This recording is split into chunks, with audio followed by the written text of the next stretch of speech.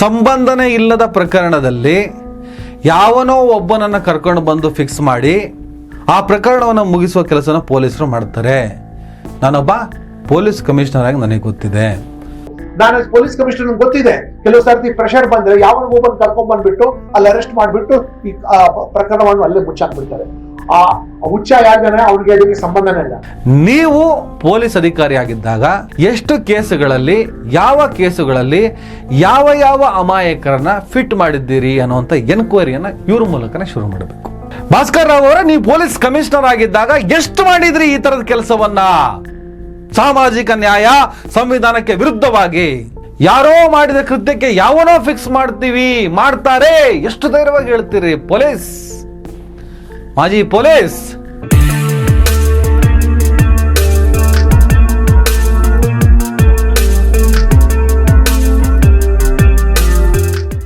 ದಯವಿಟ್ಟು ಎಲ್ಲರೂ ಈ ಚಾನಲ್ನ ಸಬ್ಸ್ಕ್ರೈಬ್ ಮಾಡಿ. ನಿಮ್ಗೆ ಇಷ್ಟ ಆದರೆ ಈ ಚಾನಲ್ಗೆ ಜಾಯ್ನ್ ಆಗಿ. ಈ ವಿಡಿಯೋ ಇಷ್ಟ ಆದರೆ ದಯವಿಟ್ಟು ಎಲ್ಲರೂ ಶೇರ್ ಮಾಡಿ. ಸ್ವತಂತ್ರ ಪತ್ರಿಕೋದ್ಯಮವನ್ನು ಬೆಂಬಲಿಸಿ. ನನ್ನ ಯುಕ್ತಿಗೆ ನಿಮ್ಮ ಶಕ್ತಿಯೇ ಶ್ರೀರಕ್ಷೆ. ಹಲೋ, ಹಾಯ್, ನಮಸ್ಕಾರ ಸ್ನೇಹಿತರೆ.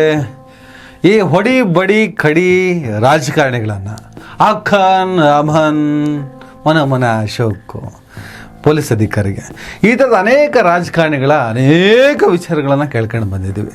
ಈಗ ಭಾಸ್ಕರ್ ರಾವ್ ಮಾಜಿ ಪೊಲೀಸ್ ಅಧಿಕಾರಿ, ಸದ್ಯಕ್ಕೆ ರಾಜಕಾರಣಿ, ಆಮ್ ಆದ್ಮಿ ಪಕ್ಷದ ಮೂಲಕ ರಾಜಕಾರಣಕ್ಕೆ ಬಂದರು. ಅಲ್ಲೇನೋ ಸರ್ವೈವ್ ಆಗಿಲ್ಲ. ಆಮ್ ಆದ್ಮಿ ಅನ್ನೋದು ಕರ್ನಾಟಕ ರಾಜ್ಯದಲ್ಲಿ ಇಲ್ಲಿನ ಭಯಾನಕ ಜಾತಿ ವ್ಯವಸ್ಥೆಯ ಅಡಿಯಲ್ಲಿ ಸರ್ವೈವ್ ಆಗೋದು ಅಷ್ಟು ಸುಲಭ ಅಲ್ಲ. ಬಹುಶಃ ಅದನ್ನು ಗಮನಿಸಿಯೇ ಭಾಸ್ಕರ್ ರಾವ್ ಅವರು ಆಮ್ ಆದ್ಮಿ ಪಕ್ಷವನ್ನು ತ್ಯಜಿಸಿ BJP ಪಕ್ಷವನ್ನು ಸೇರಿಕೊಂಡ್ರು. BJP ಪಕ್ಷಕ್ಕೆ ಅವರು ಸೇರ್ಕೊಳ್ಳೋರಿಗೆಲ್ಲ ಚೆನ್ನಾಗೇ ಇತ್ತು.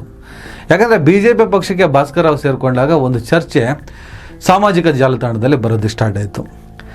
ಪ್ರಗತಿಪರರ ಕಾರ್ಯಕ್ರಮಗಳಲ್ಲಿ, ಜಾತ್ಯತೀತ ಪ್ರೋಗ್ರಾಮ್ಗಳಲ್ಲಿ ಭಾಸ್ಕರ್ ರಾವ್ ಅವ್ರನ್ನ ಹಲವು ಸ್ನೇಹಿತರು ನೋಡಿದರು. ನಾನು ಕೂಡ ನೋಡಿದ್ದೆ ಒಂದೆರಡು ಕಾರ್ಯಕ್ರಮದಲ್ಲಿ, ಮಹೇಂದ್ರ ಕುಮಾರ್ ಅವರ ಕಾರ್ಯಕ್ರಮದಲ್ಲಿ. ಸೊ ಭಾಸ್ಕರ್ ರಾವ್ ಅವರು BJP ಸೇರಿಕೊಂಡಾಗ ಒಂದು ಚರ್ಚೆ ಶುರುವಾಯಿತು. ಇವತ್ತಿಲ್ಲಿ ನಾಳೆ ಅಲ್ಲಿ, ಇವತ್ತಿಲ್ಲಿದ್ದಾರೆ ಅನ್ನೋ ಕಾರಣಕ್ಕೆ ನಾವು ಎಲ್ಲವನ್ನು ಮಾತಾಡಿರ್ತೀವಿ, ಒಳಗಡೆ ಇರೋದನ್ನೆಲ್ಲ ಕಕ್ಕಿರ್ತೀವಿ, ಅದನ್ನು ಚೆನ್ನಾಗಿ ನೆಕ್ಕೊಂಡು ಹೋಗಿ ಅಲ್ಲಿ ಸೇರ್ಕೊಂಡ್ಬಿಟ್ರೆ ಹೆಂಗಪ್ಪ ಚರ್ಚೆ ಮಾಡಿದ್ರು. ಅವ್ರವ್ರ ಇಷ್ಟ. ಅದು ಚರ್ಚೆ ಒಳ್ಳೆಯದಕ್ಕೂ ಇದೆ, ಕೆಟ್ಟದಕ್ಕಿದೆ. ಅದರ ಬಗ್ಗೆ ನಾನು ಹೆಚ್ಚು ಮಾತಾಡೋಕ್ಕೆ ಹೋಗಲ್ಲ. ಭಾಸ್ಕರ್ ರಾವ್ ಅವರು ಚಾಮರಾಜಪೇಟೆಯಲ್ಲಿ ಹಸುವಿನ ಕೆಚ್ಚಲನ್ನು ಕುಯ್ದ ಶೇಖ್ ನಸ್ರು ದುಷ್ಟ, ಪಾಪಿ, ಪರಮ ಪಾಪಿ, ಕುಡಿತದ ನಶೆಯಲ್ಲಿ ಮಾಡಿದ್ನೋ ಇನ್ನೊಂದು ನಶೆಯಲ್ಲಿ ಮಾಡಿದ್ನೋ ಅಂತಹ ಕೃತ್ಯವನ್ನು ಕಲ್ಪನೆ ಮಾಡಿಕೊಳ್ಳೋದಕ್ಕೂ ಕೂಡ ಸಾಧ್ಯವಿಲ್ಲ. ಆತನನ್ನು ಕ್ಷಮಿಸೋದಕ್ಕೆ ಸಾಧ್ಯವೇ ಇಲ್ಲ.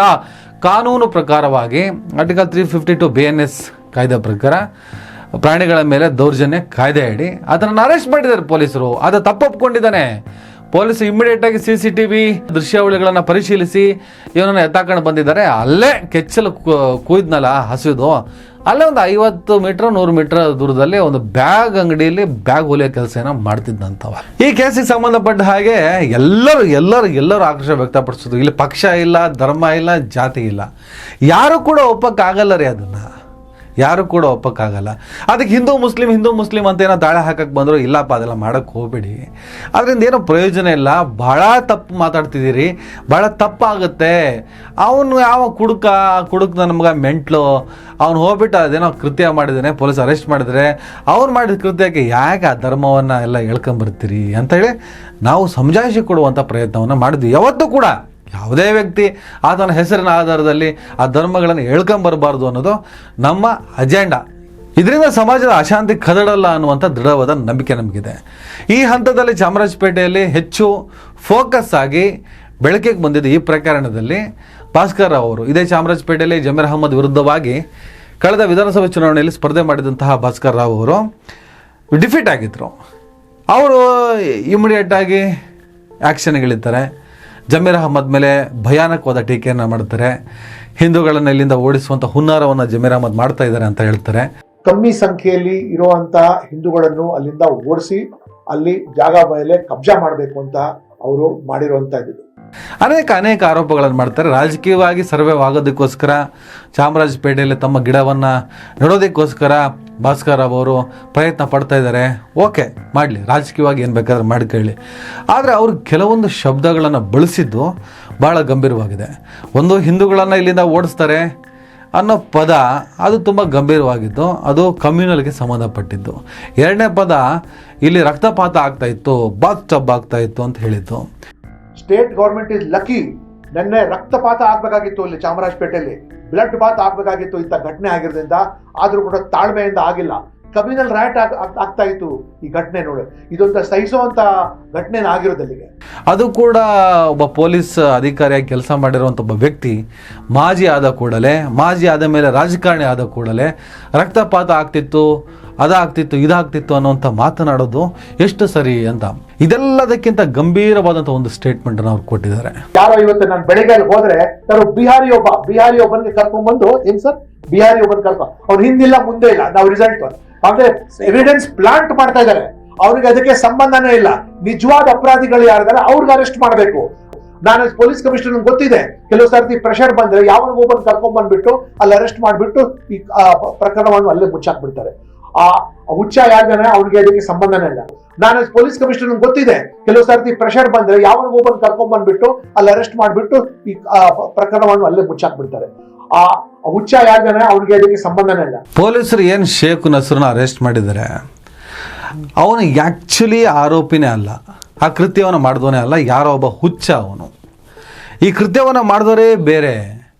ಅಲ್ಲೊಂದು ಐತಿಹಾಸಿಕ ಪಶು ಆಸ್ಪತ್ರೆ ಇದೆ, ಆ ಜಾಗವನ್ನು ಕಬ್ಜಾ ಮಾಡೋದಕ್ಕೋಸ್ಕರ, ಅಲ್ಲೊಂದು ಶಾಲೆ ಕಟ್ಟೋದಕ್ಕೋಸ್ಕರ ಭಾಳ ದೊಡ್ಡ ತಂತ್ರ ನಡೀತಾ ಇದೆ.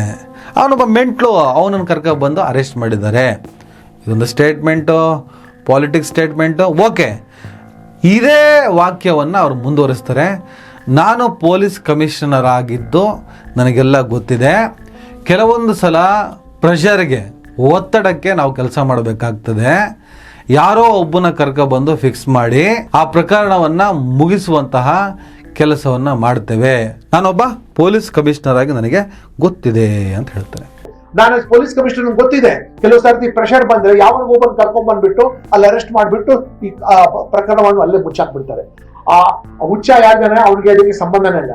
ಯಾವುದೋ ಒಂದು ಪ್ರಕರಣವನ್ನ ಮುಚ್ಚೋದಕ್ಕೋಸ್ಕರ ಒತ್ತಡಕ್ಕೆ ಒಳಗಾಗಿ ಆ ಪ್ರಕರಣಕ್ಕೆ ಸಂಬಂಧ ಇಲ್ಲದ ವ್ಯಕ್ತಿಯನ್ನ ಕರ್ಕೊಂಡು ಬಂದು ಫಿಕ್ಸ್ ಮಾಡಿ ಆ ಪ್ರಕರಣವನ್ನು ಇತ್ಯರ್ಥಗೊಳಿಸೋದು, ಮುಗಿಸೋದು ನಾನೊಬ್ಬ ಪೊಲೀಸ್ ಕಮಿಷನರ್ ಆಗಿ ನನಗೆ ಗೊತ್ತಿದೆ. ಒಂದ್ಸಲ, 2 ಸಲ, 3 ಸಲ ಈ ವಾಕ್ಯವನ್ನು ಕೇಳಿಸ್ಕೊಳ್ಳಿ, ಒಂದ್ಸಲ ರೀಕಾಲ್ ಮಾಡ್ಕೊಳ್ಳಿ. ಸಂಬಂಧನೇ ಇಲ್ಲದ ಪ್ರಕರಣದಲ್ಲಿ ಯಾವನೋ ಒಬ್ಬನನ್ನು ಕರ್ಕೊಂಡು ಬಂದು ಫಿಕ್ಸ್ ಮಾಡಿ ಆ ಪ್ರಕರಣವನ್ನು ಮುಗಿಸುವ ಕೆಲಸನ ಪೊಲೀಸರು ಮಾಡ್ತಾರೆ.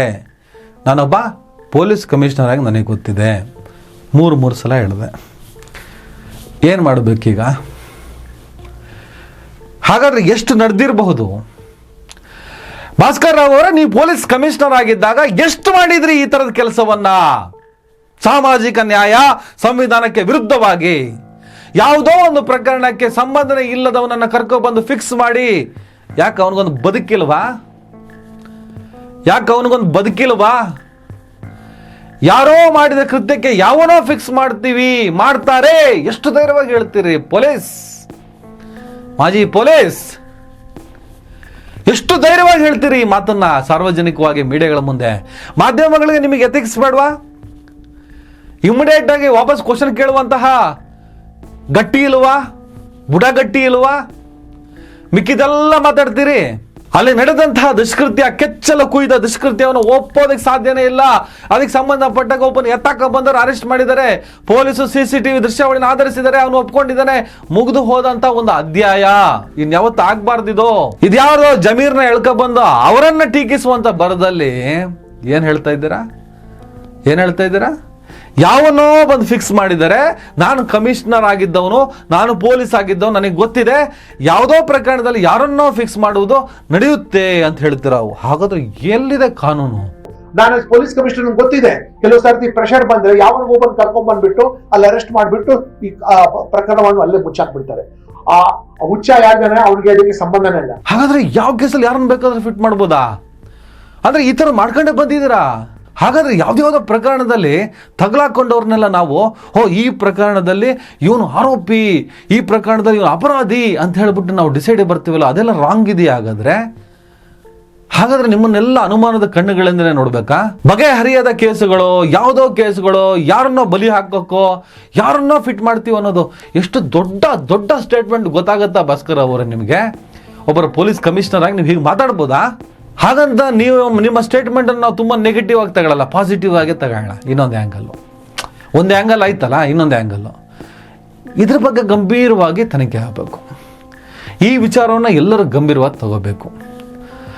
ಗಂಭೀರವಾಗಿ ಈ ವಿಚಾರದ ಬಗ್ಗೆ ದೊಡ್ಡ ಪ್ರಮಾಣದಲ್ಲಿ ನ್ಯಾಯಾಲಯ ಪ್ರವೇಶ ಮಾಡಿ ತನಿಖೆಗೊಳಪಡಿಸಬೇಕು.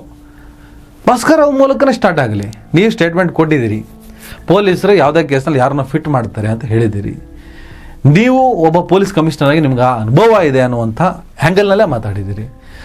ನೀವು ಪೊಲೀಸ್ ಅಧಿಕಾರಿ ಆಗಿದ್ದಾಗ ಎಷ್ಟು ಕೇಸುಗಳಲ್ಲಿ, ಯಾವ ಕೇಸುಗಳಲ್ಲಿ ಯಾವ ಯಾವ ಅಮಾಯಕರನ್ನ ಫಿಟ್ ಮಾಡಿದ್ದೀರಿ ಅನ್ನುವಂಥ ಎನ್ಕ್ವೈರಿಯನ್ನು ಇವ್ರ ಮೂಲಕನೇ ಶುರು ಮಾಡಬೇಕು. ಸಾಮಾಜಿಕ ನ್ಯಾಯ, ಸಂವಿಧಾನಾತ್ಮಕವಾದಂತಹ ತೀರ್ಮಾನ, ಇವನ್ನೆಲ್ಲವನ್ನು ಕೂಡ ನಾವು ತಲೆಯಲ್ಲಿ ಇಟ್ಕೊಂಡು ಮಾತಾಡಬೇಕಾಗಿದೆ ಇವತ್ತು. ನಾಳೆ ನಮಗಾಗಲಿ, ಈ ವಿಡಿಯೋನ ನೋಡ್ತಿರೋ ನಿಮ್ಗಾಗಲಿ ಏನು ಗ್ಯಾರಂಟಿ? ಯಾವುದೋ ಕೇಸಲ್ಲಿ ಕರ್ಕೊಂಡು ನೀವು ಫಿಟ್ ಮಾಡಿದ್ರೆ ಏನು ಮಾಡ್ತೀರಿ?